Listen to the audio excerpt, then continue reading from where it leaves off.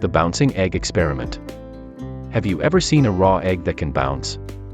Sounds impossible, right? Today, we're diving into an exciting science experiment you can try at home, the bouncing egg experiment. Materials needed. To make an egg bounce, you'll need just 3 simple items. 1. A raw egg. 2. A glass or jar. 3. White vinegar. Setting up the experiment. First, carefully place your raw egg into the glass or jar.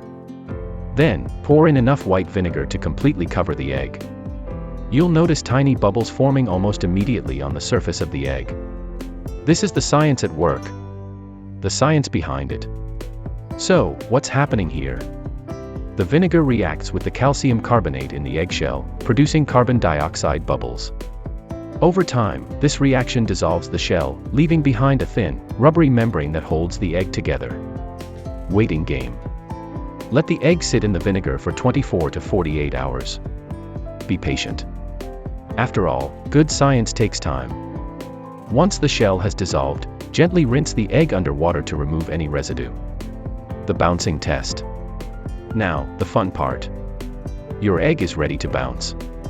Gently drop it from a small height onto a flat surface, and watch the magic happen. Just be careful, it's still fragile and might break if dropped too high. Why it works? The egg bounces because the hard shell is gone, replaced by the stretchy membrane underneath. This membrane is flexible enough to absorb the impact, making the egg bounce. Experiment variations. Want to take this experiment further? Try soaking the egg in different liquids, like soda or juice, and observe how the egg changes. Each liquid will have a unique reaction.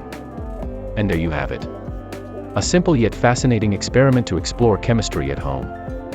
If you enjoyed this video, don't forget to like, share, and subscribe for more fun science experiments. See you next time.